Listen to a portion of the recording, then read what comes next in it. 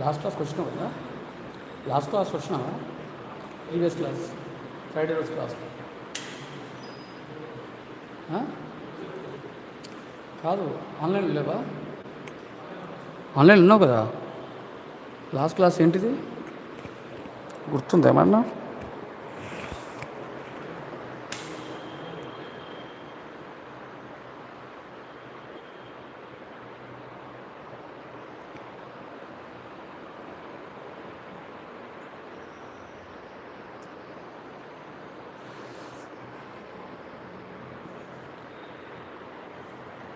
నీకు ఫ్యాన్ కావాలంటే ఇంకో కూర్చో, ఓకేనా?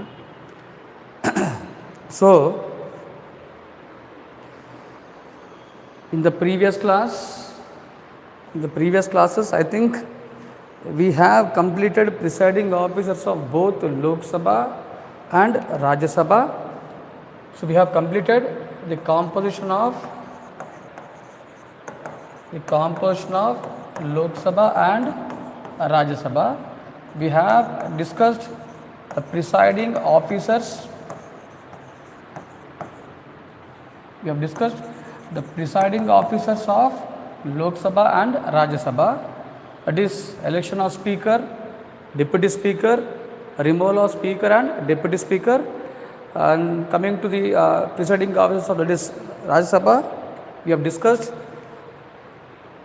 Chairperson of Rajya Sabha, Deputy Chairperson of Rajya Sabha. So even we have completed vacation of seat, alright, and disqualification. I think we are talking about disqualification of members of parliament. That is, we have completed the grounds as mentioned in article 101, alright. We have completed article 102, that is disqualification of members, and even I have talked about individual privileges.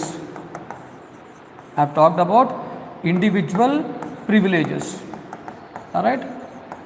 So that is freedom from arrest, freedom from acting as a witness in a court of law, then freedom of speech of members of parliament, right? I think so these are the topics that we have covered in the previous classes, right? So if you take the individual privileges, the members of parliament enjoys 3 privileges as mentioned in article 104.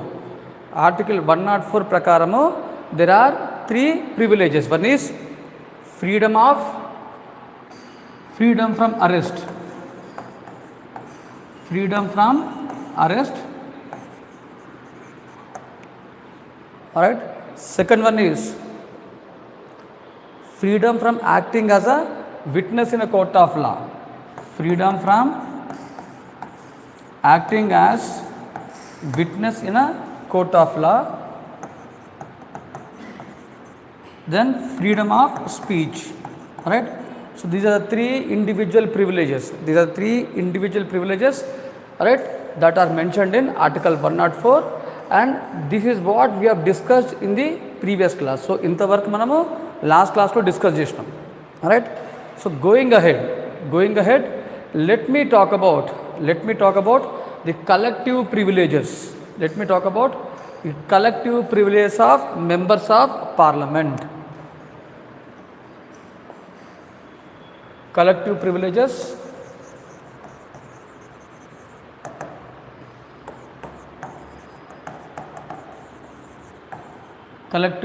of members of parliament, all right. So remember, members of parliament have both individual privileges as well as collective privileges. That means the privileges given to the house as a whole, right? So house mottaniki unna privileges avi, right? So that is what collective privileges, and ultimately it is the chair of the house, who is guardian of collective privileges, right? So remember, it is speaker in case of Lok Sabha and chairperson in case of Rajya Sabha, right? So speaker in case of Lok Sabha, chairperson in case of Rajya Sabha. So they are the guardians of guardians of collective privileges. They are guardians of collective privileges. So they have, right, their one of the important functions of the chair of the house is to protect these collective privileges. Alright. So, and as a protector of collective privileges, as a guardian of collective privileges, the chair of the house has every power. The chair of the house has every power to take action against any member of the parliament who violates collective privileges. ఎవరైనా సరే collective ప్రివిలేజెస్ని violate చేసినప్పుడు chair has every power to take any kind of action which may include suspending of the member or disqualifying the member, right, dismissing the member from the house, right. So suspension nunchi modalukoni, right, disqualification, right. So I'll take one simple example, a very a well known issue, right. In yesterday we have seen, right, the formation of Telangana Day. June 2nd it was formation of Telangana Day. So when this Telangana bill was introduced in parliament, in Lok Sabha particularly, when there was a discussion going on the Telangana bill, right, the members, the MPs from the Andhra region, particularly there was one MP who is called, right, whose name was Lagadapati Rajagopal, right. He is very well known person. He is known for using pepper spray. He has sprayed pepper spray on the other MPs of what we call Lok Sabha, particularly the MPs from Telangana, right. Though they belong to same political party, so this issue has attracted the entire attention of the nation. Pepper spray challadam jarigindi kallallo, right. So which is nothing but violation of collective privileges. It is nothing but violation of collective privileges. So this is the best example, right, to make you understand what is meant by collective privileges. So the chair is the guardian of collective privileges, right. So as a guardian, chair can take any action. So what chair has done is, the chair has disqualified this MP. Chair has disqualified 6 MPs from Lok Sabha. That means what? For the remaining parliament, they are not allowed to attend the sessions of the house. Disqualify చేసినప్పుడు ఎప్పుడైనా సరే suspension వేరు, disqualification వేరు. Suspension అంటే temporary suspension, అది ఒక రోజుకు కావచ్చు, ఒక గంటకు కావచ్చు, లేదా ఆ సెషన్కి కావచ్చు. That is a person and a member of parliament can be suspended, right, for that remaining session, right. That is what suspension. Whereas disqualification, if a person is disqualified, if an MP is disqualified, he is not allowed to attend the remaining parliament, right. అంటే remaining parliamentary session, ఆ సెషనే కాదు, ఏ session అయినా సరే, right, attend కావడానికి వీల్లేదు, right. అంటే next say for example, the tenure of Lok Sabha is 5 years. The tenure of Lok Sabha is 5 years కదా. Think that, right, after 3 years, think that an MP after 3 years got disqualified. 3 years తర్వాత అతన్ని disqualify చేసిన అనుకుందాం. Think that an MP is disqualified after 3 years.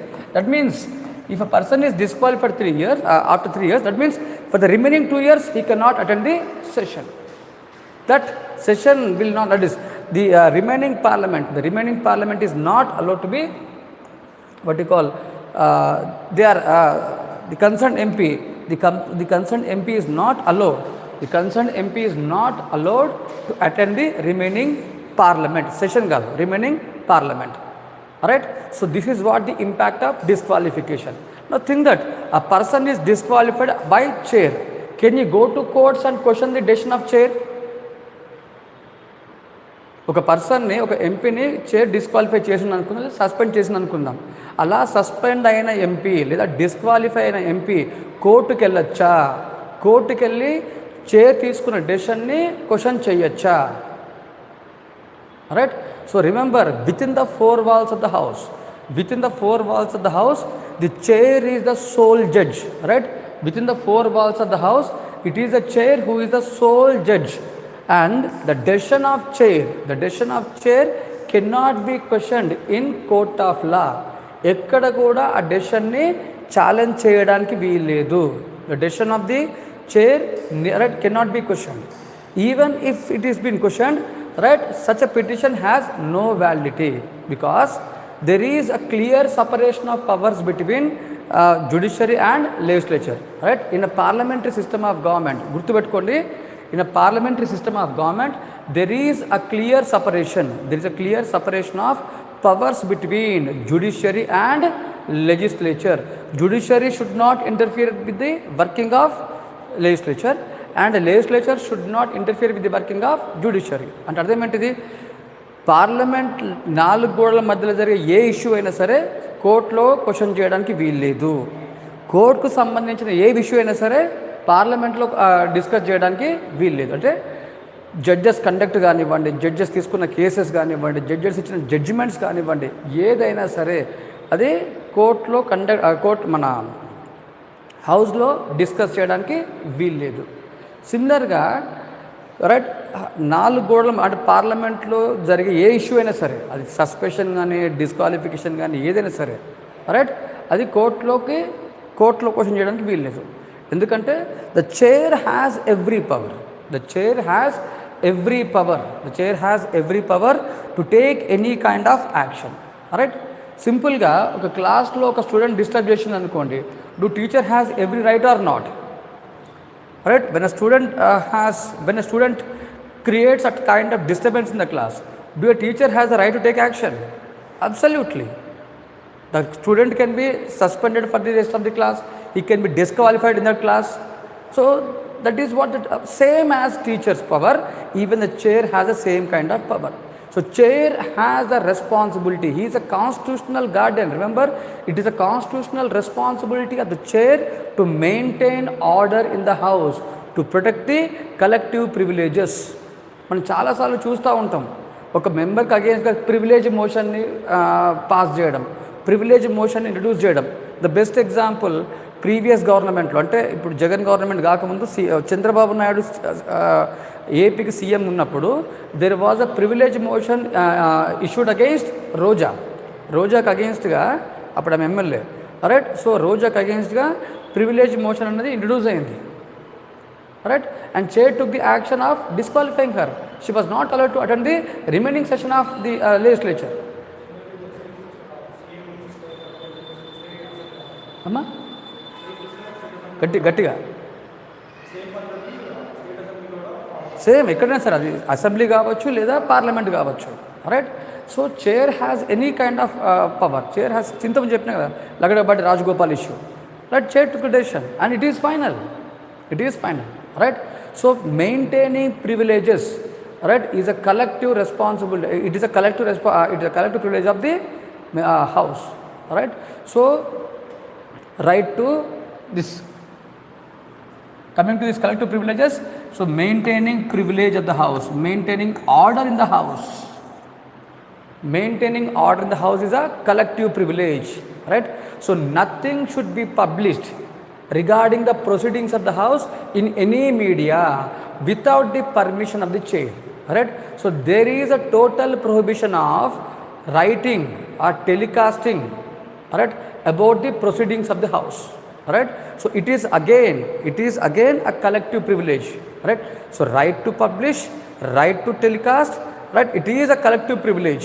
So no newspaper or no news channel should telecast right regarding the proceedings of the house right. అంటే chair permission లేకుండా ఆ హౌస్లో జరిగే ఏ issue అయినా సరే, ఏ సన్నివేశం అయినా సరే, ఏ డిస్కషన్ అయినా సరే పేపర్లో రాయడానికి కానీ టీవీ ఛానల్స్లో టెలికాస్ట్ చేయడానికి వీల్లేదు. మరి అదేం సార్, మనకు ప్రతి whenever there is a sessions of parliament they are been live telecasted అంతే కదా. మీకు ఆర్ఎస్ టీవీ ఉంది, లోక్సభ టీవీ ఉంది, సంసద్ టీవీ ఉంది రైట్. సో మీకు డీడీ న్యూస్లో టెలికాస్ట్ అవుతుంది, అన్ని ఛానల్స్లో టెలికాస్ట్ అవుతుంది. మరి అదేం సార్ అంటే పర్మిషన్ లేకుండా టెలికాస్ట్ చేయడానికి వీల్లేదు, పర్మిషన్ తీసుకొని టెలికాస్ట్ చేసుకోవచ్చు రైట్. సో అలా టెలికాస్ట్ చేస్తున్న ఏ సన్నివేశం అయినా సరే, ఏ ప్రొసీడింగ్ అయినా సరే మధ్యలో ఆపేసే అధికారము చైర్కుంటుంది. Chair has every power right. Chair has every power to regulate to regulate or to stop telecasting of any proceedings of the house. Telecasting of any proceeding of the house. Alright? Any proceeding of the house, right? Or nothing should be written regarding the what you call about the proceedings in the any newspaper. Alright? So there was an issue where the editor-in-chief of The Wire, there is one online newspaper called as The Wire, a very good what you call online paper. Alright? If you want to have a critical analysis on any issue, any kind of decision of government, you can just go through this The Wire. Alright? మీకు ఒక news paper ఉంది, online news paper. ఇది మాకు ఆఫ్లైన్లో ఉండదు, print copy ఉండదు, కానీ online copy ఉంటుంది. ద వైర్ చాలా బాగుంటుంది అనాలిసిస్, చాలా అంటే చాలా బాగుంటుంది అనాలిసిస్. రైట్? సో వీళ్ళు ఏం చేసిందంటే this what you call there was an article against the what you call government in this wire, in this what you call online, and the house took a decision. The house took a decision of punishing this editor-in-chief. Similarly, right, a journalist there was a news article regarding the MLAs of Tamil Nadu. So the speech of the MLAs in Tamil Nadu, it has been written in Hindu newspaper. So for which, right, the action was taken against the Hindu paper. That means what? Nothing should be written.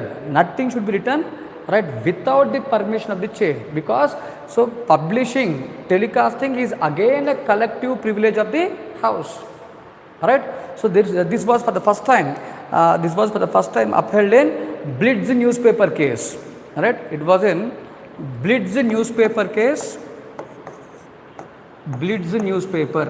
So this newspaper has written, right, about the proceedings of the house without the permission of the chair. Right?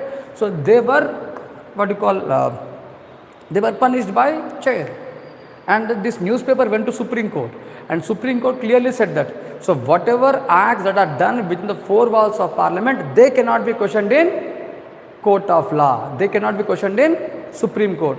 అంటే 4 గోడలు జరిగే ఏ issue అయినా సరే, మీరు తన్నుకోండి, తిట్టుకోండి, ఏమైనా చేసుకోండి, అది 4 గోడల మధ్య జరిగే ఏ విషయాన్నైనా సరే సుప్రీంకోర్టులో కానీ ఏ కోర్టులో కానీ ఛాలెంజ్ చేయడానికి వీల్లేదు అని చెప్పింది. This was clearly said by supreme court in blitz case. Right? So this is a collective privilege of the house. Right? So allowing the others to enter into the house. Normally, right, there is a visitor gallery. Right? So visitor gallery where visitors, by taking the pass, they can attend the sessions of parliament. So every day normally there will be 25 to 50 passes that will be given, right, in Lok Sabha as well as Raj Sabha. Right? So by taking that pass, right, anyone, any member, any citizen of the nation or anyone can attend the proceedings of the house. But here chair has every power to regulate this entry of visitors. Right? So visitors ni allow చేయడము చేయకపోవడం అన్నది chair ఇష్టం, because it is the collective privilege. ఒక serious when there is a serious issue going on, when there is serious debate going in the house, what chair can do? Chair has every power to restrict these visitors. So he may not allow the visitors to enter into the house. Alright?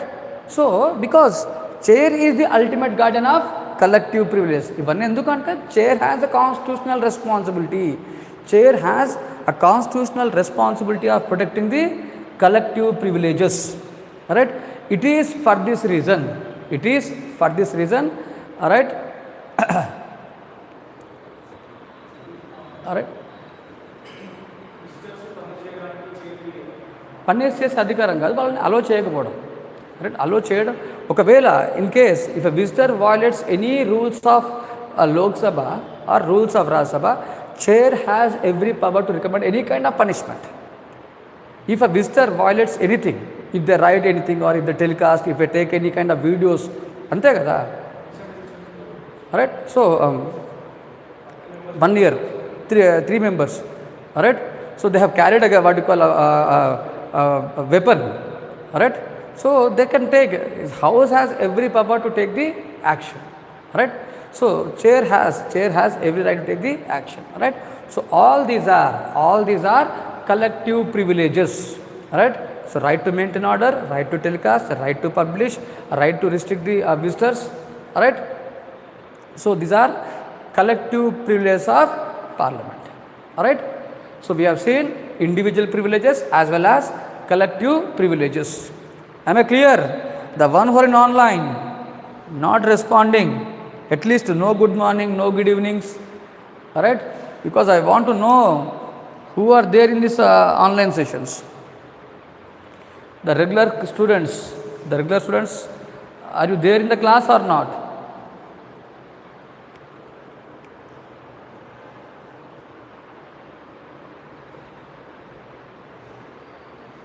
Okay. So start, do respond, right? Do respond to the questions asked, say yes or say no, say good morning, whatever it is possible, right? So that I can know that you are in the class. All right. So this is about collective privilege. So let me now talk about the business of parliament. Let me now talk about business of parliament. All right. So here, if you take this business of parliament, so out of all the functions performed by parliament, what is the most important function of parliament? What is the most important function of parliament? Now I want you to give the answer, because in the previous class I have clearly mentioned this point. So what is the most important function of parliament? So parliament is involved in law making process. It is the ultimate policy maker, right? It is the one which approves all the programs made by government of India, right? So it controls the government, it provides budget to the government. So out of all these functions, what is the most important function? What is the most important function of the government?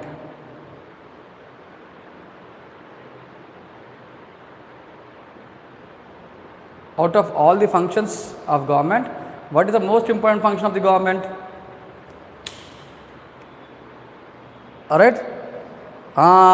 Very good, Ramakrishna. It is ensuring collective responsibility. It is ensuring collective responsibility. That is ensuring answerability and accountability. Ensuring answerability and accountability of government. So how this answerability and accountability of government is ensured? How this answerability and accountability of government is ensured? How it is ensured? All right. So we have different mechanisms or different instruments. So this is the most important for UPSC exam. Definitely there will be a question on these instruments. The instruments lekunda question paper undadu, right? So definitely there will be at least minimum 2 questions that will be asked on these instruments in both prelims as well as mains. Both for prelims and mains, this is very important topic, right? So there are different instruments. So we can use the general instruments, that is general instruments of controls, as well as the financial control exercised by parliament. All right. So we have 2 types of controls that are exercised by parliament. One is the general instruments, other one is the financial controls. One is general control, other one is financial control. All right. So if you take this, first let me talk about general controls. Let me talk about general controls. All right. All right. Questionnaire. So we have questionnaire. We have questionnaire. 0R. Calling attention motion. Calling attention motion.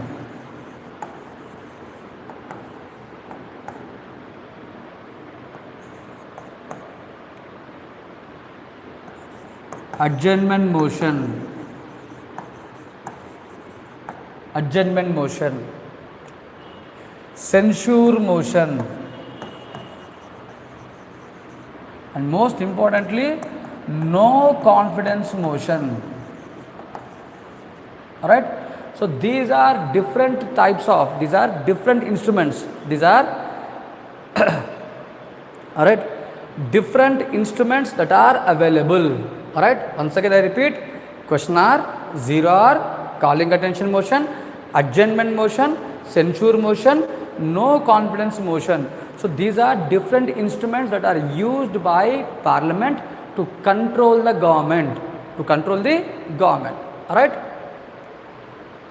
So these are general controls, and coming to financial controls exercised by Parliament. Coming to financial controls. So if you take these financial controls, these financial controls includes, alright, the first most important instrument is budget. So budget is an instrument of control, alright. Then we have money bills.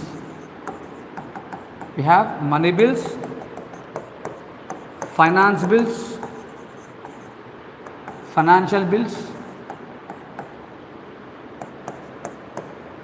alright. Different types of grants.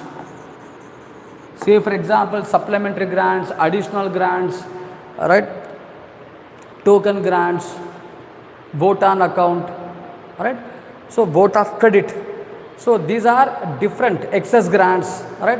So these are different types of financial controls. These are different types of financial controls exercised by Parliament over the government. So apart from these general controls and financial controls, remember, even there are parliamentary committees.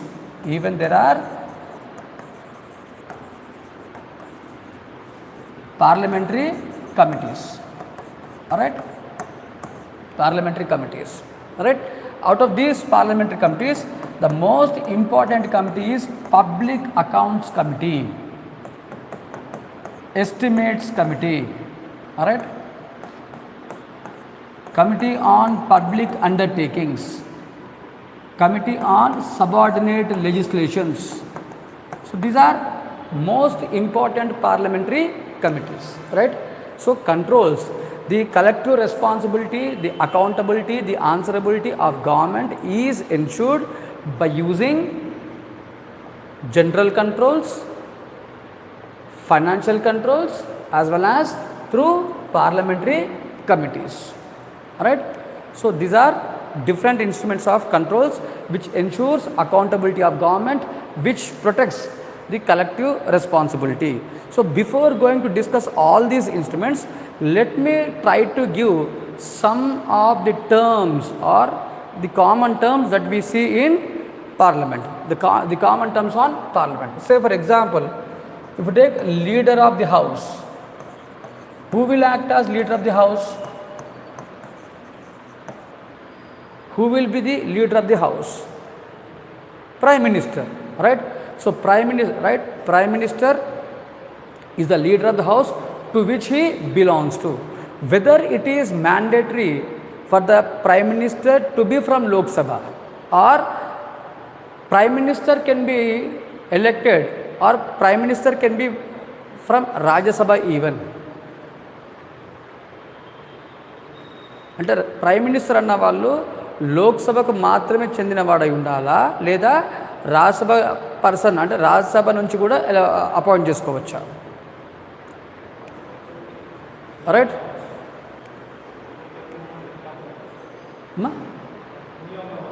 Any of the house. Alright, good. So if you take this leader, what you call Prime Minister, Prime Minister can be chosen from either house of Parliament. Prime Minister can be from either Lok Sabha or from Rajya Sabha. So need not be only from Lok Sabha. He can be from Rajya Sabha also. You take what you call Indira Gandhi. When Indira Gandhi first made as Prime Minister, she belongs to Rajya Sabha. You take the case of P.V. Narasimha Rao. Before getting elected to Lok Sabha, he was member of Rajya Sabha when he was made as Prime Minister. Right? And Manmohan Singh, who was the Prime Minister of India for 10 years, 2 terms అతను prime మినిస్టర్గా act చేసిండు. But ఎప్పుడు కూడా లోక్సభకి elect కాలేదు. అతను 35 సంవత్సరాలు ఎంపీగా ఉన్నాడు. మన్మోహన్ సింగ్ 35 ఇయర్స్ రీసెంట్గానే టెన్యూర్ అయిపోయింది లాస్ట్ ఇయర్లో. Right.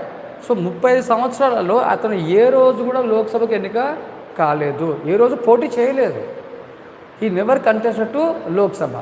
Right. So if take this prime minister, prime minister can be from either house of parliament, either from Lok Sabha or from Rajya Sabha. Hello బాబు, నేను క్లాస్లో ఉన్నా, మీరు 11 o'clock కాల్ చేయండి అమ్మా.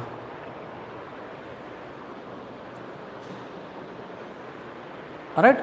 So if you take this prime minister, so normally he can be from either house of parliament, either to Lok Sabha or to Rajya Sabha. So prime minister is normally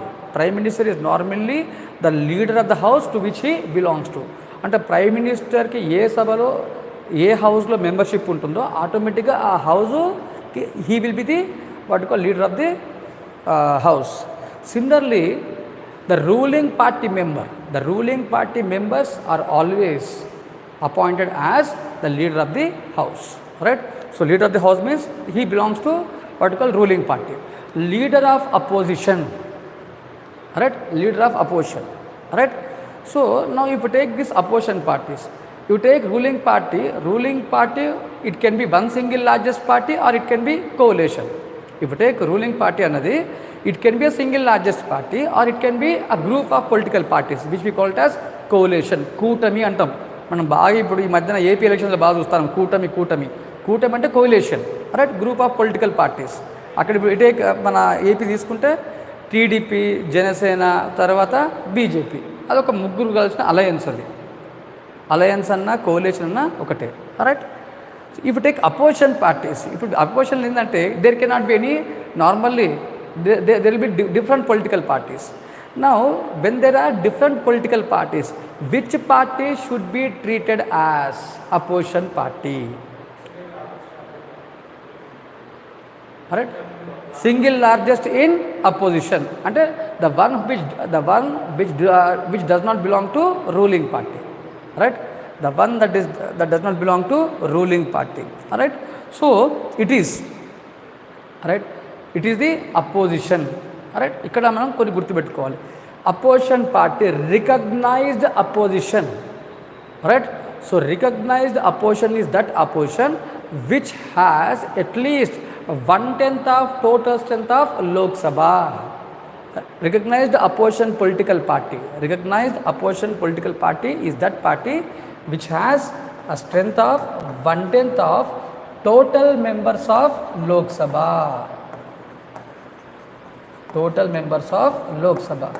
Lok Sabha strength ఎంత? 550 కదా.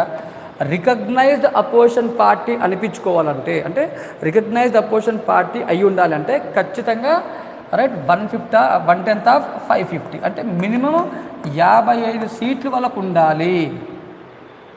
Minimum 50 సీట్లు ఉంటేనే ఆ political party will be called as recognized opposition.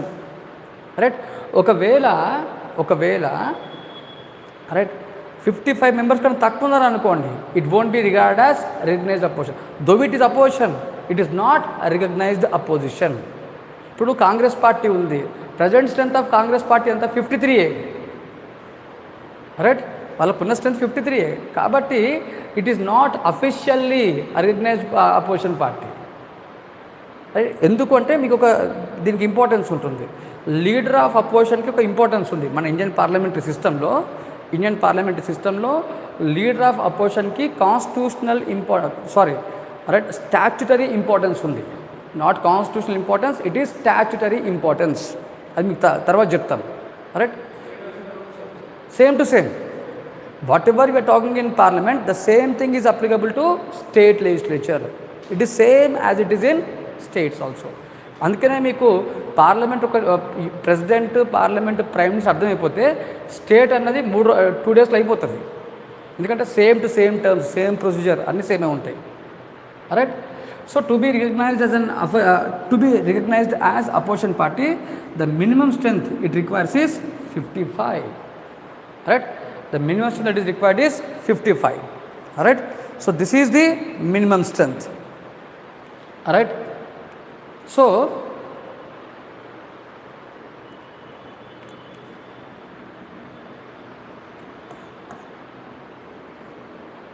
think that if there are more than 2 opposition parties which has this majority, think that there are one party has 65 and another party has 75. ఇప్పుడు ఇద్దరు కూడా recognised opposition పార్టీసే కదా, ఎందుకంటే they have crossed this number of 55. Minimum 55 ఉండాలి. 55 కన్నా ఎక్కువ ఉంటే definitely they will be regard as recognized opposition party. Then who should be treated as leader of the opposition? ఇలాంటి పొజిషన్, ఇలాంటి కండిషన్స్లో ఆర్ ఇలాంటి సిచ్యువేషన్స్లో the leader of largest opposition party, right, the leader of largest opposition party will be treated as leader of opposition, right? And in 1967 a law was made in parliament, right, granting cabinet minister status to leader of opposition, right? So this leader of opposition is recognized by law. So a law was made in parliament. A law was made in parliament granting a cabinet minister status to leader of opposition. That is what the statutory recognition given to what you call leader of opposition. మీకు కొత్త పదం వాడుతున్నా, statutory recognition. I am using a new word, that is statutory recognition. So what is this statutory recognition? What do you mean by statutory recognition? So constitutional recognition and statutory recognition, రెండింటికి తేడా ఏంటిది? What is the difference between statutory recognition and constitutional recognition? Harish. Statute means by a law of parliament, correct, right? So statute అంటే గుర్తుపెట్టుకోండి, statute means it is a law made by parliament, that is చట్టపరంగా, that is by law we are giving a recognition.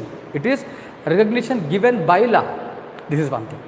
Second thing, constitutional recognition means which is clearly mentioned in the constitution.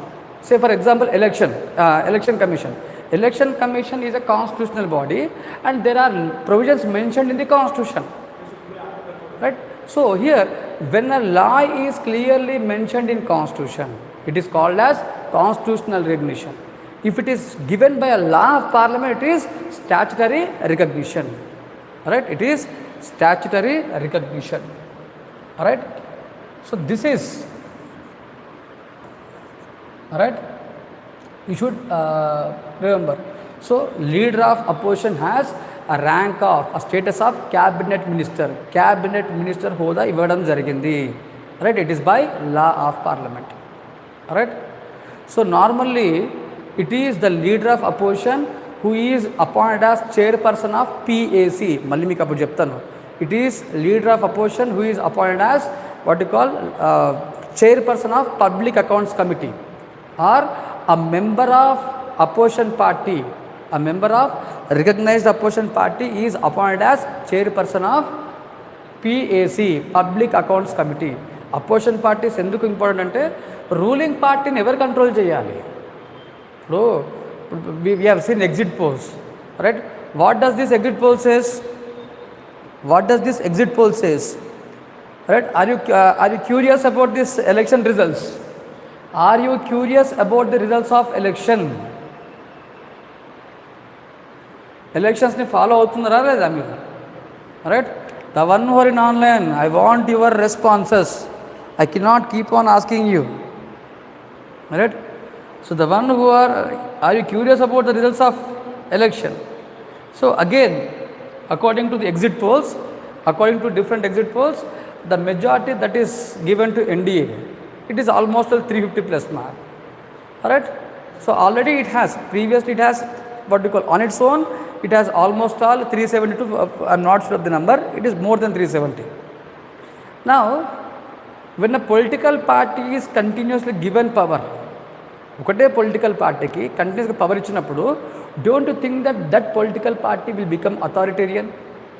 ఒక నియంత అయ్యే chance ఉంటుందా ఉండదా? ఒకటే political పార్టీకి కంటిన్యూస్గా powers ఇచ్చినప్పుడు right right if right, if same political party is given power, don't you think that there is a chance of the political party or the government becoming authoritarian? Yes or no? There is an every chance. There is an every chance of that government. There is an every chance of that government becoming authoritarian. Now, who should control that government? All right. So, who should control the government? All right. It should be by opposition. Unless the opposition is strong, unless there is a strong opposition, it is not possible to control the government. Parliamentary సిస్టంలో ruling పార్టీకి ఎంత importance ఉంటుందో opposition party కూడా అంతే importance ఉంటుంది. Right, ruling పార్టీని control చేయడము దాన్ని తొందరపాటుతనాన్ని. బేసికల్గా ఎప్పుడైతే ఒక పొలిటికల్ పార్టీకి ఎక్కువ మెజారిటీ ఉంటుందో, when ever political party has majority, when ever political party has more number of seats, definitely the government will make any kind of laws, and they will even go for controversial laws. Now, who should control such instances of the government? Who should regulate such kind of activities of the government? Ever control cheyali, ever regulate cheyali? Who should control them? Who should regulate them? It is only by opposition. A strong opposition is required. A strong opposition is required. So, without having a strong opposition, it is not possible. Without having a strong opposition, it is not possible, right, to control the government. That is the what importance of opposition parties. All right. If you take the present parliament, ఇప్పుడు existing పార్లమెంట్లో అంటే రేపు మారిపోద్ది, కానీ ఇవాటి రోజు వరకు కాంగ్రెస్ పార్టీయే అపోజిషన్ పార్టీ. కాంగ్రెస్ పార్టీకి ఉన్న స్ట్రెంత్ ఎంత? 53 మంది, వాళ్ళు 400 మంది. ఈ 53 మంది వాళ్ళని కంట్రోల్ చేయగలుగుతారా? చేయలేరు కదా. అంటే అర్థం ఏంటిది? At least they should be strong opposition. Opposition voice ఎప్పుడైతే ఎక్కువ ఉంటుందో అప్పుడు గవర్నమెంట్ భయపడుతుంది. రైట్. సో గవర్నమెంట్ కంట్రోల్లో ఉంటుంది. రైట్. సో నాకు తెలిసి ఈ ఇయర్ అడిగే ఛాన్స్ ఉంటుంది. అంటే ఈ ఎలక్షన్ జరిగింది కాబట్టి ఈ ఇయర్ మెయిన్స్ కానీ నెక్స్ట్ ఇయర్ మెయిన్స్లో కానీ రోల్ ఆఫ్ అపోజిషన్ పార్టీస్ మీద క్వశ్చన్స్ వచ్చే ఛాన్స్ ఉంటుంది. Right. So what is the role of, take down a question, analyze the role of opposition parties, analyze the role of opposition parties, analyze the role of opposition parties in parliamentary system of government. Timings change చేసినా కదా, చాలామంది రాలే క్లాస్కి. Right. So analyze the role of opposition parties in a parliamentary system of government. Analyze the role of opposition parties, analyze the role of opposition parties in parliamentary system of government. All right. So this is, all right, so this is what you should remember. This is what you should remember. All right. Analyze the role of opposition parties in parliamentary system of government. All right.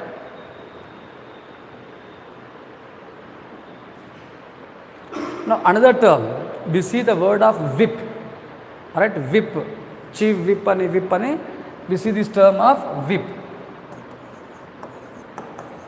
So if you take this term of whip, this is neither mentioned in constitution nor mentioned in what you call rules of parliament. Constitution lo mention cheyaledu, right, rules of parliament lo kuda mention cheyaledu. So first of all, what do you mean by a whip?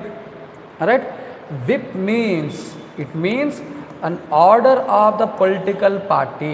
It is an order issued by political party where every member of the political party should follow this order within the house. Right? Whip is nothing but the order, the directions issued by the political party to the members of their, to the members of the political party in that house. అంటే ఒక political పార్టీకి సంబంధించిన MPs కానీ MLAs కానీ ఖచ్చితంగా follow కావాల్సిన order. Right. అంటే ప్రతి political party, every political party has their own stand with in the house. They may support the bill, they may oppose the bill, or they may recommend changes to the bill. So whatever party says, the members of parliament, the members of that political party, not all the MPs, the members of that political party should stand by the word that is given by the leader. Right? They should follow, they should act according to the order that is issued to them by the leader of that political party. Alright, that is what whip means. And there is a person designated, there is a designated person by that political party to see and implement this whip. Alright, so every political party has a designated person who will keep a vigil, who will examine, who will check out whether all the members of the house are following that order or not. అంటే ప్రతి political పార్టీకి వాళ్ళకంటూ ఒక whip ఉంటాడు. అతను చేయాల్సిన duty ఏంటిదంటే వాళ్ళ ఎంపీస్, వాళ్ళ ఎమ్మెల్యేస్, వాళ్ళ ఎంపీస్ పార్టీ ఇచ్చిన ఆర్డర్ ఫాలో అవుతుందా లేదా, పార్టీ ఇచ్చిన ఆర్డర్ ఫాలో అవుతుందా లేదా, రైట్, అది వాళ్ళు సూపర్వైజ్ చేయాలి. ఒకవేళ ఆర్డర్ ఫాలో కాలేదనుకోండి, think that the members of parliament were not following the orders, think that the members of parliament are not following the orders, can it be a ground for disqualifying them? Alright, if any violation to follow the whip, any violation to follow the whip, can it be a ground for disqualifying? Can it be a ground for disqualifying the MPs? Alright, whip ni follow కానప్పుడు, పార్టీ ఇచ్చిన ఆర్డర్ని follow కానప్పుడు, can it be a ground for disqualifying? చేయొచ్చా, చేయకూడదా? Right, so whether political parties, it is up to the political party. Political party can take the action. So normally if a member of the party doesn't follow the order, so definitely they will be recommended for disqualification. So remember, not following a whip is a ground for disqualification. But who shall disqualify? So not following a whip is a ground for, it is a ground for what you call disqualification. It is a ground for disqualification. Now who shall disqualify? Evaru disqualify cheyali? Alright, who shall disqualify? It is, they are disqualified under anti-defection laws. They are disqualified under anti-defection. They are disqualified under anti-defection laws. Alright, so this disqualification is made under anti-defection laws. Alright, so this is, and under anti-defection act or under anti-defection law, it is chair of the house. It is chair of the house who has the power to disqualify. So disqualify చేసే అధికారం ఎవరికి ఉంటుంది? It is chair of the house. So not following the whip is a ground for disqualification under anti-defection law, and the power to disqualify lies with the chair of the house. Am I clear to you? Or not? Am I clear to you?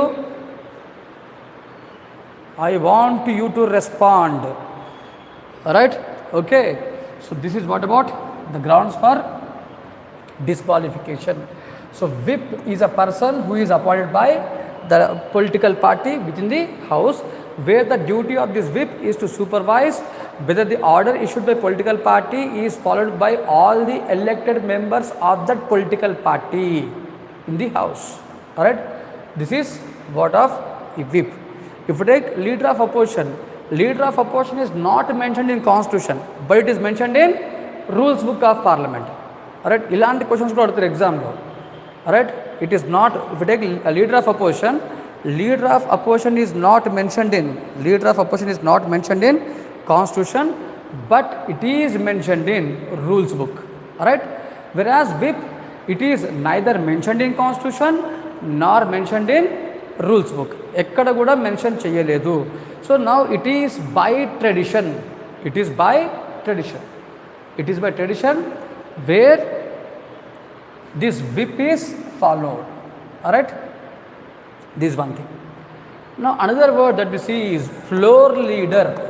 So leader of opposition and leader of house. We have seen leader of house as well as leader of opposition. Now coming to floor leader. So what do you mean by floor leader? Every political party has their own leaders. Right? So the leader of the political party in the house,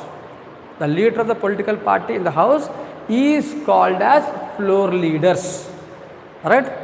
So the leader of political party in the house, they are regarded as floor leaders. Okay, so if you take BAC, Business Advisory Committee, in the previous class I was mentioning this Business Advisory Committee. Gurtundo ledo, in previous class I mentioned chesina. So this Business Advisory Committee ekkada cheppinante, I have discussed this when we have discussed the functions of Prime Minister. Right? When I have taught the topic of functions of Prime Minister, I have mentioned this word, what you call BAC, Business Advisory Committee. So this Business Advisory Committee is chaired by Chair of the House. Alright, it is Chair of the House who will act as Chairperson of Business Advisory Committee. It is Chair of the House who will act as Chairperson of Business Advisory Committee. Now if you take the members of this BAC, that is in this BAC, in this Business Advisory Committee, we see presence of leader of the house, we see presence of leader of the house, we see presence of leader of opposition, we see leader of opposition.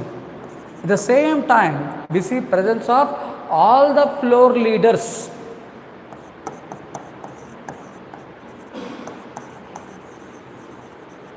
Right, we see presence of all the floor leaders. Right, so it is presence of all the floor leaders in the house. Alright, so that means if you take the role of floor leaders, the role of floor leaders is, right, in it lies in smooth functioning of the house. Alright, so it is the responsibility of the floor leaders, adi valla బాధ్యత. Right, హౌస్ని సజావుగా నడిపించడము, స్మూత్గా నడిపించడం అన్నది అందరి బాధ్యత. అందులో ముఖ్యంగా ఎవరిదంటే leader of the house, leader of opposition as well as floor leaders. Right, so it is the responsibility of these members to ensure smooth functioning of the house. Right, first అంటే before starting of the session there will be a meeting of BAC. Right, the chairperson of the house will call for this meeting. The chairperson of the house calls for this meeting. Alright, so this is about what you call a different terms. So we have seen leader of the house, leader of opposition, right, whip and floor leaders. Right, and we have seen the criteria that is required to be regarded as a leader of opposition or to be regarded as a recognized opposition party. అనిపించుకోవడానికి criteria ఏంటి అని చూసినాం. Right, so I'm clear about what you have discussed till now? Yes or no?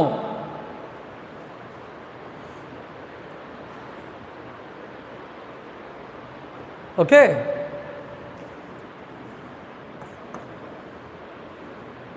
so these are different terms that we have discussed till now. Right, so now let us go to the topics of how the parliament exercises controls. Right, that is we will start a discussion on this general controls first. Right? Very very very very important. నేను ఎన్నిసార్లు చెప్తున్నా అంటే ఇది లేకుండా question పేపరే ఉండదు. Right. So let me first talk about the general controls. Let me first talk about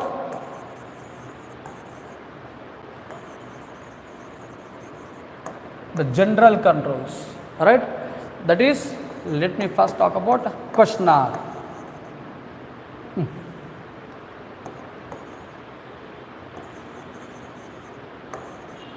Questionnaire. So if you take this questionnaire, alright, this is the most important instrument of the parliament. This is the most important instrument of parliament, right? That is exercise.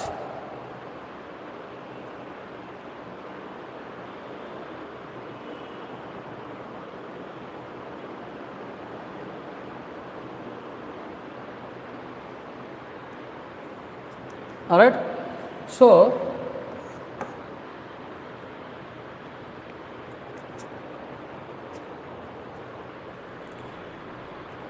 in our rules book, remember, all these instruments are clearly mentioned in rules of Lok Sabha. These instruments are clearly mentioned. These instruments are clearly mentioned in our rules book. That is, they are mentioned in rules of parliament. They are mentioned in rules of parliament. So there are three types of questions that are asked. One are called as starred questions, unstarred questions, unstarred questions, and short notice questions. Starred questions, unstarred questions, and short notice questions. Alright, short notice questions. Alright, so these are three types of questions which are asked in parliament. That is both in Lok Sabha as well as in Rajya Sabha. Right? So first one, if you take the starred questions, if you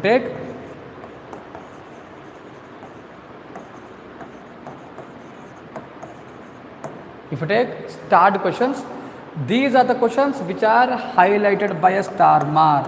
Right? They are highlighted by a star mark, right, by an asterisk or a star mark, right.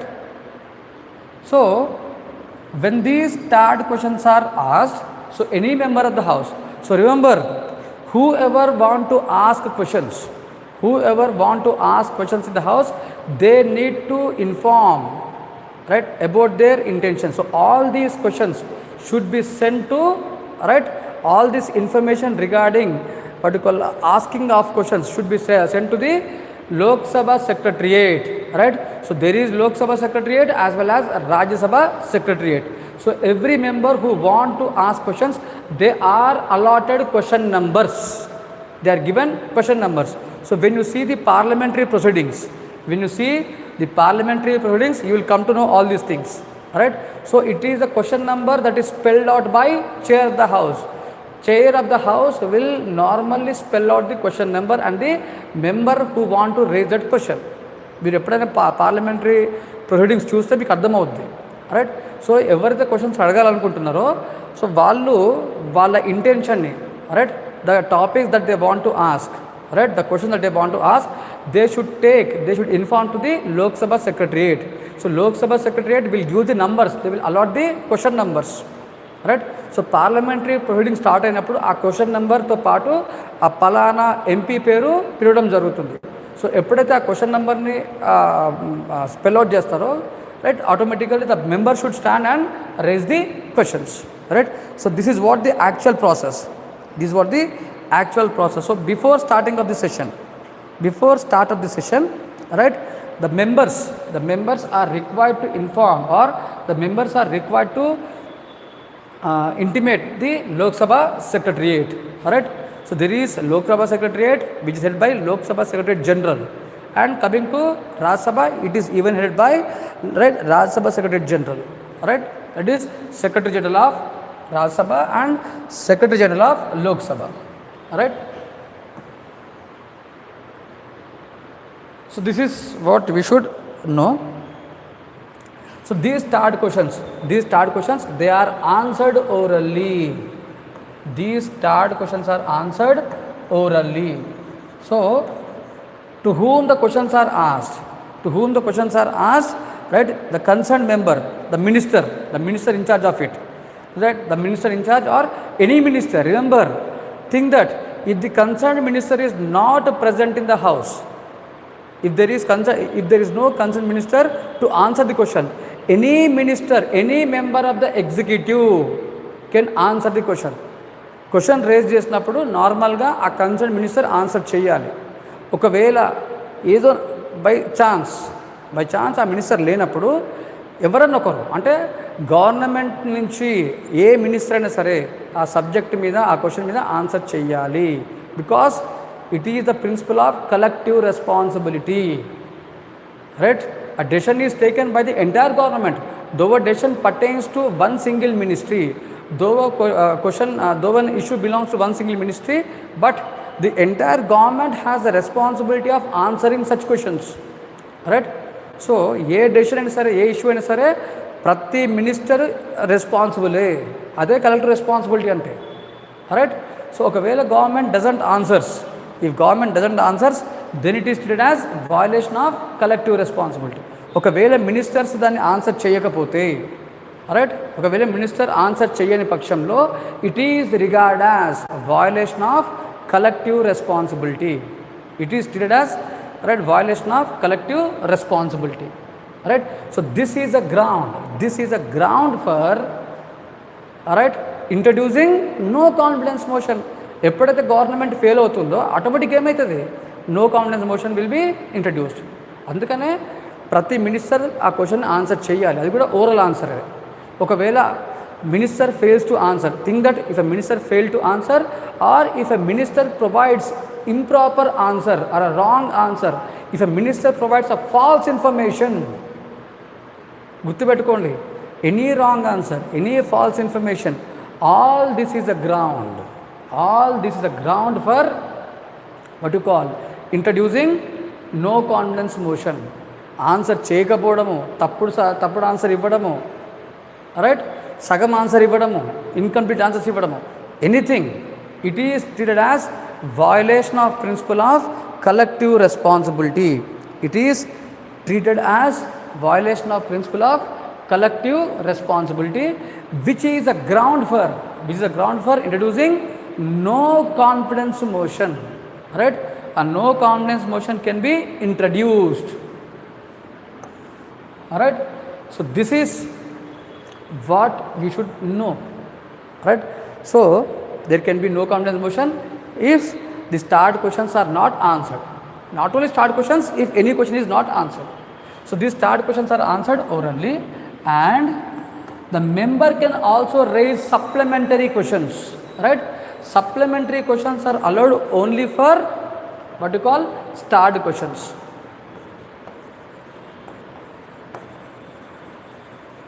So there can be a supplementary questions. There can be a supplementary questions that can be raised, right? So on any start questions, remember our rules of Lok Sabha or rules of Parliament. It allows, rules of Parliament allows supplementary questions to be asked, right? Supplementary questions can be raised, right? So this is, right, this is what you call general controls. This is what about starred questions. Now coming to unstarred questions, if you take unstarred questions, that is those questions which are not highlighted, by any star mark. ఏ star mark లేని questions, ఎలాంటి highlight కాని questions, they are called as unstarred questions. These unstarred questions, they are answered in a written format, that is the answers are given in a written form, written answers are sent. Written answers are sent to the concerned members. Written answers are sent to the concerned members. Right. So ఎవరైతే ఈ questions race చేస్తారో, ఎవరైతే unstarred క్వశ్చన్స్ని race చేస్తారో వాళ్ళకి right answers అన్నవి పంపించడం జరుగుతుంది. Return answers are send to these members. Right. So that is what unstarred questions are. Right. And coming to short notice questions.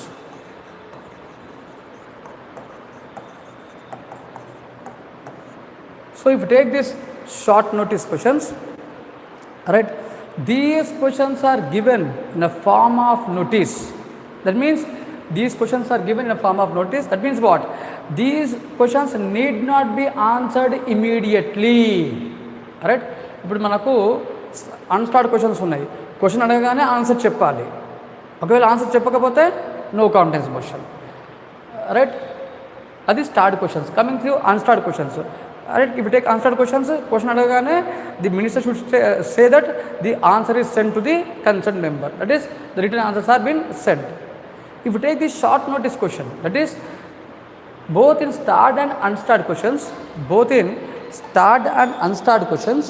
the response is given. The response is given immediately. Amma.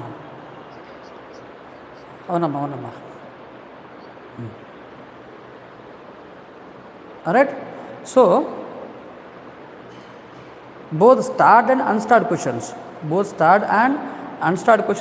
they are answered immediately. Whereas short notice questions, these short notice questions need not be answered immediately. Right. So they are answered within 10 days. Right, within 10 days, and that too an oral answer. Right. So these short notice questions are answered orally. These short notice questions are answered orally.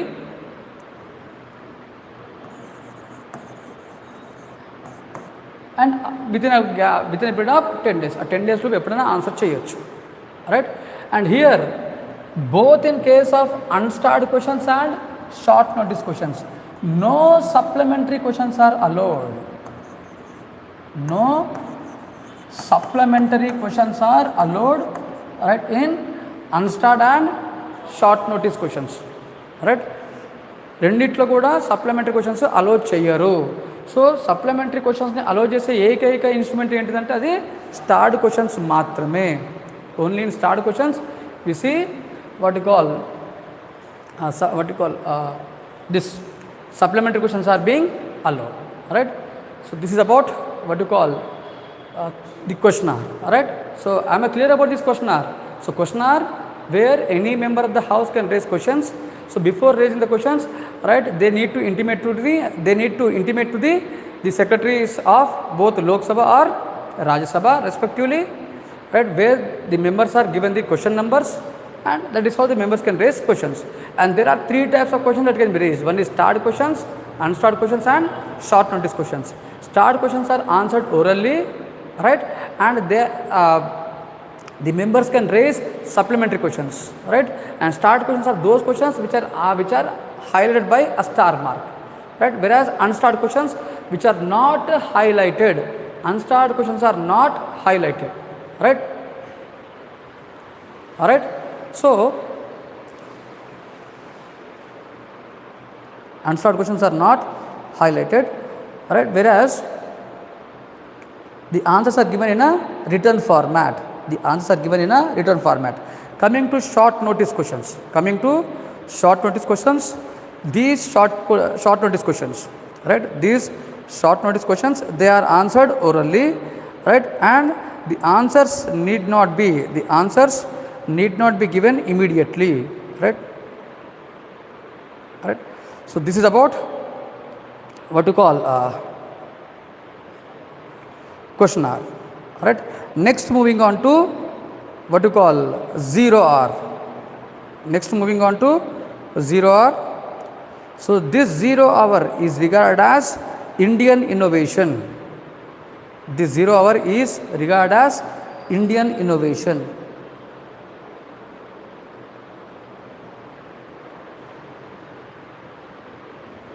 Indian innovation in parliamentary system of government, right? So this 0 hour is not, it got started from 1962, right?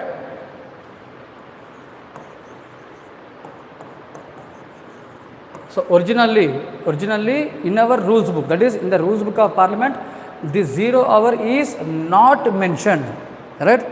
Originally in rules book of parliament, this 0 hour is not mentioned, right? So it is an Indian innovation. It is an Indian innovation in parliamentary system of government. It is an Indian innovation in parliamentary system of government. So same as what you call questionnaire, even this 0 hour has assumed an important significance in Indian parliamentary system, right? ఈ మధ్యన మనం ఎప్పుడు చూస్తూ ఉంటాం న్యూస్లో 0 hour అని. అసలు 0 hour అంటే అర్థం ఏంటిది? So what is done in this 0 hour, right? So normally after question hour అయిపోయిన తర్వాత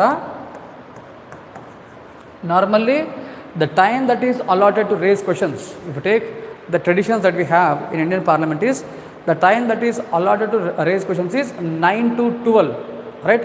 So 9 to 12 is a questionnaire, right? So after questionnaire, if members of parliament want to discuss any important issue of national importance, right? So any important issue of national importance,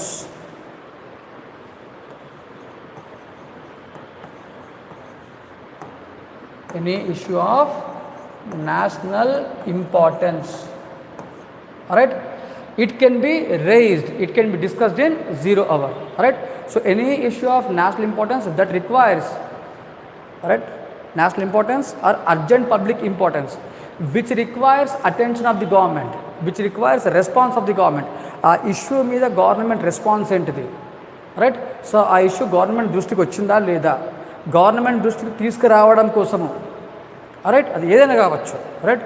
so any issue of urgent public importance, it can be raised and discussed in this 0 hour, right? So it is that issues, it is these kind of issues that are discussed in 0 hour, issues of urgent public importance, right, which requires attention of government, right, where there is a need of government response. It is these issues which are discussed, all right?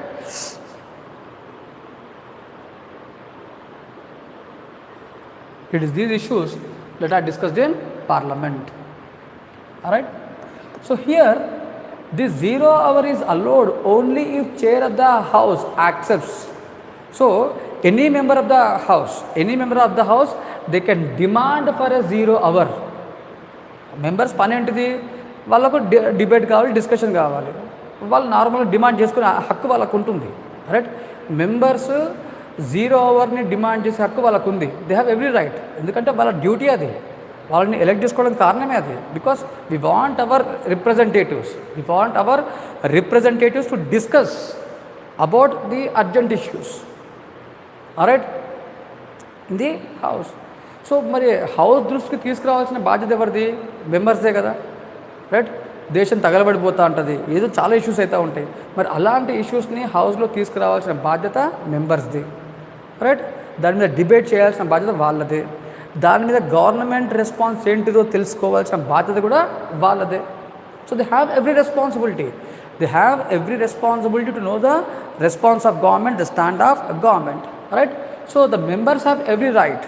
The members of the house has every right to raise any kind of debate, but it is up to the chair.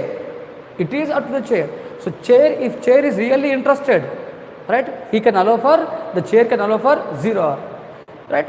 If chair is not interested, right, if chair thinks that it is not that important, then he can simply disallow 0 hour. So 0 hour is not a compulsion, right? 0 hour is not a compulsion. అంటే అడిగిన ప్రతిసారి, demand చేసిన ప్రతిసారి 0 hour అలో చేయాల్సిన అవసరం లేదు, అది chair ఇష్టం. అలో చేయడము చేయకపోవడం అన్నది చైర్ ఇష్టం, ఓకేనా? So this is what about 0 hour. Think that if 0 hour is not allowed, 0 hour is not allowed by parliament. Think that the chair has not allowed. A chair has not allowed 0 hour. Alright? Now what will be the impact? Will there be any impact? There won't be any impact.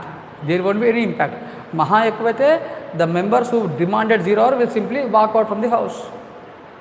Right? They will simply walk out. Or if they continuously create any kind of disturbance, what will happen? They will be simply suspended.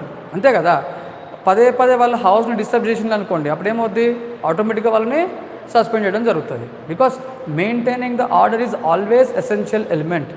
Maintaining the order of the house is essential element of the government, chair of the house. All right. So this is about what you call 0 hour. All right. Next important instrument చెప్తా మీకు, adjournment motion. All right. Next important instruments, I am going in terms of importance wise and discussing these instruments based upon the importance of the instruments. Right, first important instruments discuss చేస్తా, తర్వాత పనికిరాని గురించి మాట్లాడతా. Right, adjournment.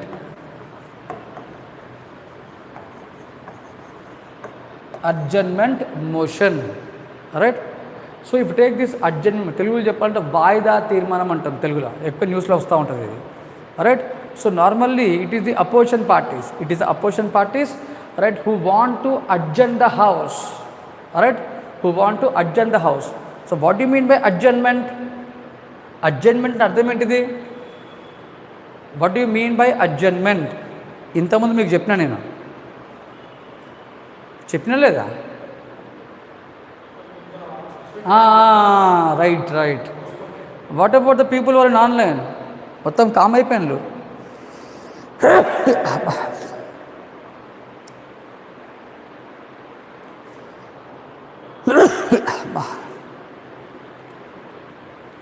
What do you mean by adjournment? So I have discussed this term, right, when I mentioned the word prorogue. Right. So adjournment is nothing but simply taking the break. Right, taking a break in the existing proceedings of the house. Stopping కాదు, halting the existing business of the house. Halting of existing business of the house. That is what adjournment means. So adjournment means it is halting the existing business of the house. Right. So adjournment motion, that is, think that normally it is the chair of the house. All right, who will adjourn the house whenever there is a disturbance, or whenever there is a lengthy sessions going on. అంటే 2-3 గంటలు కంటిన్యూస్గా sessions ఉన్నప్పుడు అప్పుడు ఏమవుతుంది, చిన్న బ్రేకులు తీసుకోవడం, tea బ్రేకులు తీసుకోవడం, అది అడ్జర్న్మెంట్. అది చైర్ చేస్తాడు. It is speaker or Rajya Sabha chairperson who will take the breaks. అది adjournment.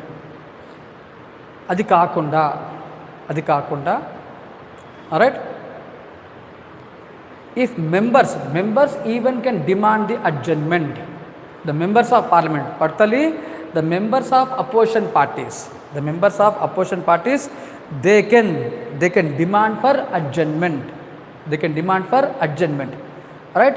So the members of opposition party, they can demand adjournment anytime, because right, if they want to discuss any issue of urgent public importance, instead of waiting for 0 hour, instead of waiting up to 12 o'clock, right, if they want to discuss the issue very immediately, if there is a need to discuss the issue very immediately, they can raise adjournment motion. దేశం తగలబడిపోతుంది. Right, there is a kind of terrorist activities, a kind of law and order problem. We have seen what happened in Manipur. Right, in the last 1 year we have seen what happened in Manipur. అల్లకల్లోమైందా లేదా? అంటే urgent public importance అంటే మనం 12 వరకు కూడా wait చేయలేము. First existing business ఆపేసేసి మనం discuss చేయాలి ఇష్యూస్ని. అలాంటి ఇష్యూ వచ్చినప్పుడు members of parliament, right, so the opposition parties, they can demand for adjournment motion. Alright? So, think that a resolution is passed to adjourn the house. Think that a resolution is introduced by opposition parties, and if that resolution is passed by members of the parliament or members of the house, then it is mandatory to adjourn the house. ఎప్పుడైతే adjournment కోసం తీర్మానం pass చేస్తారో ఖచ్చితంగా adjourn చేయాల్సిందే, ఎందుకంటే members have pass the resolution, right. So when ever an adjournment motion or when ever a resolution on adjournment motion is pass, so definitely the house has to adjourn, the chair has to adjourn the house. ఎప్పుడైతే resolution pass అవుతుందో ఖచ్చితంగా adjourn చేయాల్సిందే, right. So just imagine a condition, right. గుర్తుపెట్టుకోండి, adjournment resolution introduce చేయడము, pass చేయడము, and what you call chair accept the demand of opposition parties. So don't you think that the opposition parties have upper hand over the ruling party. Think that if adjournment motion is passed, if a resolution on adjournment motion is passed, don't you think that the voice of opposition party is given more importance over the ruling party? అంతేనే కదా. Adjourn motion రెజల్యూషన్ని introduce చేసేది ఎవరు? Opposition parties. అంటే opposition parties introduce చేసిన రెజల్యూషన్ని pass అయిందంటే అర్థం ఏంటిది, right. వాళ్ళు రేజ్ చేసిన అడ్జర్న్ మోషన్ని యాక్సెప్ట్ చేయడం అంటే అర్థం ఏంటిది అంటే the voice of opposition party is given more importance when compare to the ruling party. So don't think that, right, this a ground for introducing no confidence motion. Don't you think that acceptance of adjournment motion, don't you think that acceptance of adjournment motion is a ground for introducing no confidence motion? దీన్ని base చేసుకొని, ఈ adjournment మోషన్ని base చేసుకొని no confidence motion introduce చేయొచ్చా, చేయలేమా? Can it be a ground to introduce no confidence motion? The one who in online,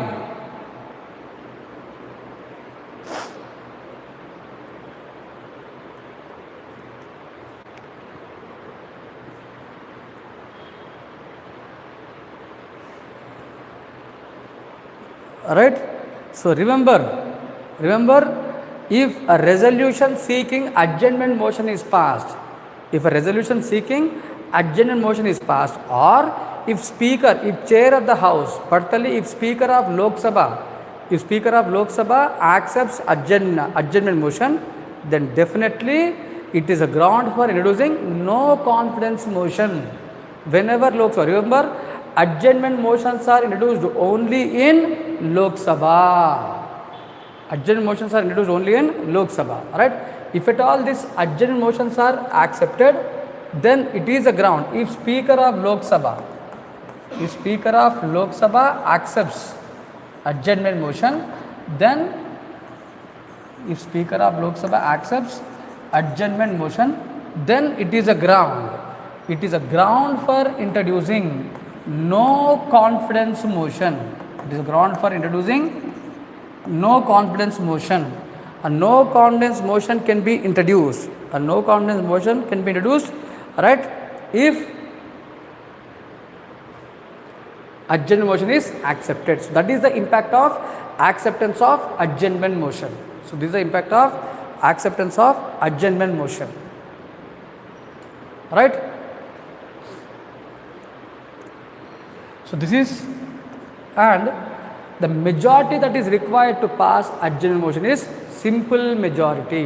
If a resolution is to be passed, or if that adjournment motion is to be passed, it is by simple majority. Right. So this is one thing.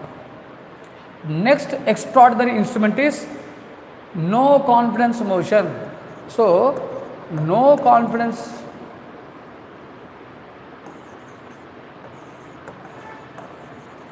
so we are regarding no confidence motion as an extraordinary instrument. We are calling no confidence motion as extraordinary instrument. Why it is called as extraordinary instrument? What is the reason for calling it as extraordinary instrument? Because passing of no confidence motion will lead to removal of government, right? passing of no confidence motion will lead to removal of government. Passing of no confidence motion will lead to removal of government, right? That is the reason why it is regarded as extraordinary instrument. It is called as extraordinary instrument. Okay. So no confidence motion is introduced only in Lok Sabha. It is introduced only in Lok Sabha, that too with the support of 50 members. So without the support of 50 members, a no confidence motion cannot be introduced. Right? Though it is introduced by any member, it should be supported by 50 members. No confidence motion అనేది ఎవరైనా introduce చేసుకోవచ్చు. It can be introduced by any member. The condition is it requires a support of at least 50 members of the house. So without the support of 50 members, a no confidence motion, right? A no confidence motion cannot be introduced. All right? So this is no confidence motion is, right? And the majority that is required to pass a no confidence motion is simple majority.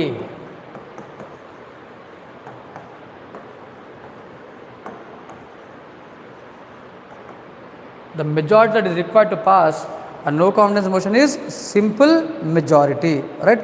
So this is the majority that is required, right?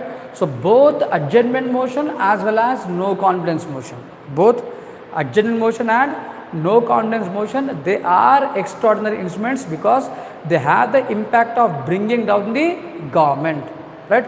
So it may lead to fall of government, right? So this is no confidence motion, right? Take down a question in this regard. Take down a question in this regard.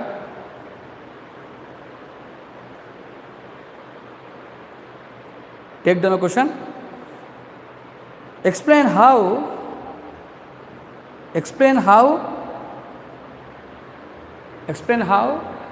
Parliament ensures. Explain how Parliament ensures accountability and answerability. Explain how Parliament ensures accountability and answerability of government. Alright? Accountability and answerability of government.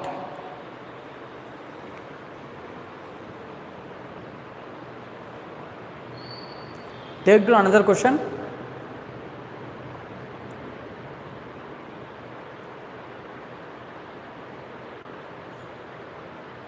The recent instances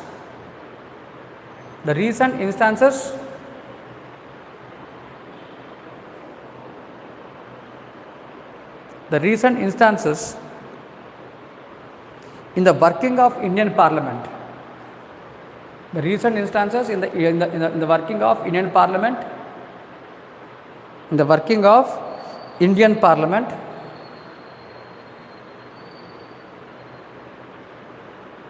Indicates a failure of Parliament. Indicates the failure of Parliament. Indicates failure of Parliament in controlling the government. Failure of Parliament in controlling the government.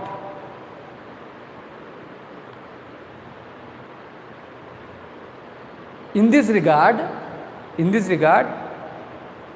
bring out the reasons for the failure of Parliament. Bring out the reasons for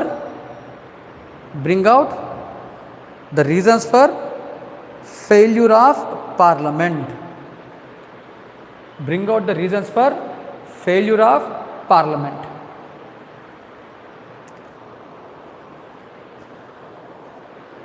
very important question for UPSC mains exam. దాదాపు మీకు ఏ question వచ్చినా ఈ angle మీద question వస్తుంది మెయిన్స్లో. So bring out the reasons for the failure of parliament. దీనికోసం మీరు చేయాల్సింది ఏంటంటే వర్కింగ్ ఆఫ్ ఇండియన్ పార్లమెంట్ అని గూగుల్లో కొట్టండి. రైట్. మీకు హిందూలో వచ్చిన ఆర్టికల్స్, ఇండియన్ ఎక్స్ప్రెస్లో వచ్చిన ఆర్టికల్స్ వస్తాయి, అవి చదివి రాయండి, చదవకుండా మాత్రం రాయకూడదు. రైట్. ప్రతి ఏ క్వశ్చన్ అయినా సరే రైట్ మీరు చదివి రాయండి, 1-2 సార్లు చదవండి.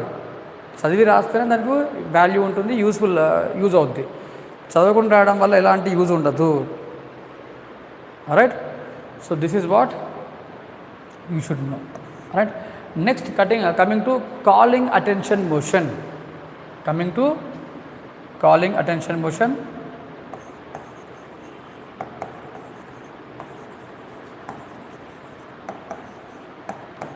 So if you take this calling attention motion, right, which was started from 1954, right, it got started from 1954. So in this calling attention motion, right, members of parliament can raise any issue of public importance, right, any issue of public importance which is priorly prescribed in the business of the house. So those issues which are priorly prescribed. What is the difference between 0 hour and this calling attention motion? Right. In both these issues of public importance are discussed. Coming to calling attention motion, in calling attention motion, issues of public importance are, that is, issues which are priorly determined are discussed. Right. In calling attention motion, all those issues which are priorly scheduled in the business, they are discussed. Whereas in 0 hour it is issues of urgent public importance which are not originally scheduled in the business. Those issues which are not prescribed in the business of the house. ఆ సెషన్లో prescribe చెయ్యని issues, right, mention చెయ్యని issues, వాటిని మాత్రమే 0 అవర్లో discuss చేయడం జరుగుతుంది. ఒకవేళ ఆ ఇష్యూ ఆల్రెడీ షెడ్యూల్ అయిందనుకోండి, దాంట్లో 0 అవర్లో డిస్కస్ చేయాల్సిన అవసరం లేదు. ఒకవేళ ముందే if it is already schedule, right, if it is in the business of the house, there is no point in having 0 hour. Right. am I clear? Right. Calling attention మోషన్కి 0 అవర్కి తేడా అదే. 0 అవర్లో ఏ ఇష్యూ అయితే షెడ్యూల్ చేయలేదో, right, ఏ ఇష్యూతో ముందస్తుగా మెన్షన్ చేయలేదో వాటిని డిస్కస్ చేయడం. రైట్. కాలింగ్ అటెన్షన్ మోషన్లో all those issues which are clearly priorly determined. Right. So am I clear about the difference between 0 hour and what you call calling attention motion? Am I clear about the difference between these two? Yes or no?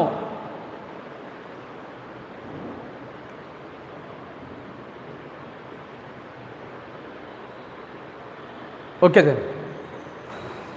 then.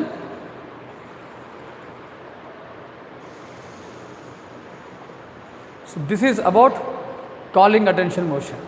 All right. So we have seen questionnaire, we have seen what you call 0 hour, adjournment motion, calling attention motion.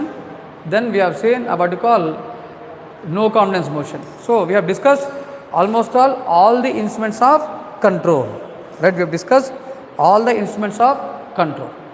Now coming to financial controls. Right. How financial controls are exercised by parliament over the government using of financial controls. Right. So if you take these financial controls,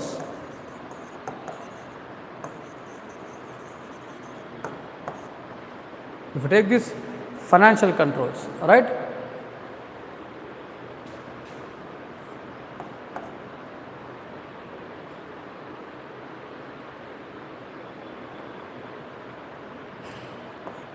the first instrument is budget.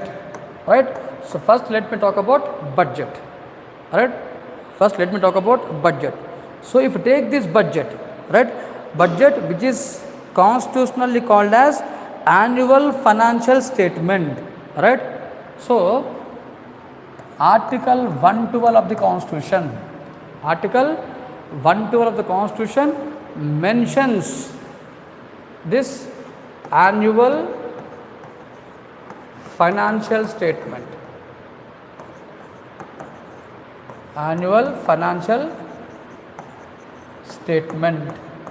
Alright, that is budget.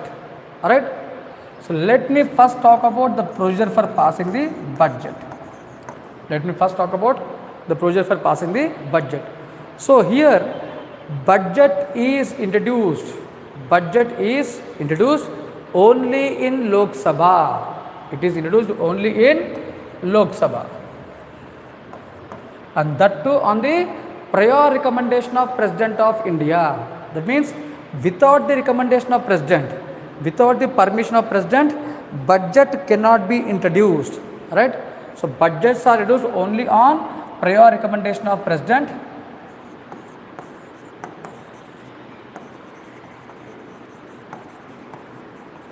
Prior recommendation of President of India. So without President recommendation, a budget cannot be introduced, right? So though budgets are introduced in Lok Sabha,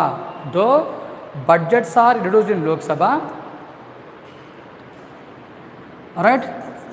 The next stage is in what you call discussion. There can be general discussion.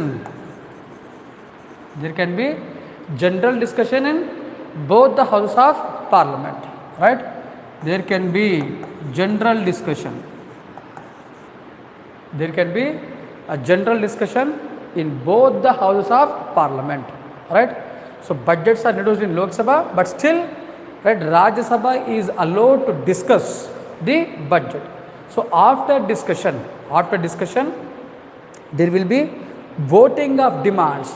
So this voting of demands will take place based upon the report submitted by departmental standing committees, right? So we have 24 such standing committees in our parliament. As of now, we have 24 such standing committees. So based upon the reports of this departmental standing committees, there will be voting of demands, right? The third stage is voting of demands. The third stage is voting of demands. So if you take this voting of demands, right, every demand of the government, right, every demand of the government, it is put for discussions and voting, right? So we have general demands as well as railway demands as well as defense demands. So remember, till 2018 we had dual budgets. That is, in India we have general budget as well as railway budget. Till 2018 we have general budget and railway budget, alright. But from 2018, that is when Arun Jaitley was finance minister of India, he has merged railway budget with the general budgets, right? So railway budgets are merged with general budgets. So now we have only one single budget. So from 1921, గుర్తుందో లేదో మీకు 1919 Act చెప్పినప్పుడు చెప్పిన. So when I taught 1919 Act, based upon the recommendations of Ackworth Committee, alright, railway budget was separated from general budget. That is, in 1921, railway budget is separated from general budget, right? And it was continued up to 2018. So in 2018, railway budget was merged with the general budget, right? So now we have only single budget. It is only a single budget, alright? It is only single budget.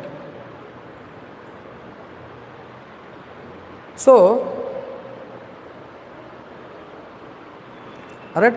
So every ministry is required to draft their budget requirements and send to the Ministry of Finance. And all the budget requirements that are issued by what you call Finance Ministry, right? We have a separate department of economic affairs. So it is the Department of Economic Affairs in the Finance Ministry that will prepare the budget. So budget is prepared by what you call Department of Economic Affairs in Ministry of Finance. Alright. So this budget is what you call put for debate and discussions. That is, in voting of demands, each demand is put for discussions and it is voted based upon the report given by standing committees. Alright.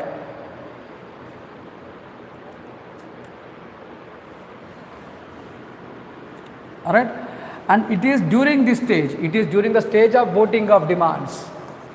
It is during the stage of voting of demands. It is during the stage of voting of demands. Cut motions can be introduced. Right? Cut motions.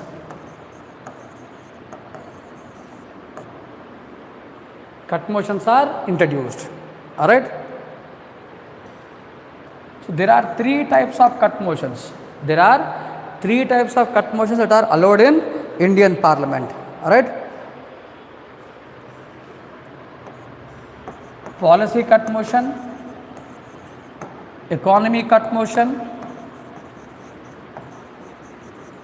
policy cut motion, economy cut motion, and token cut motion.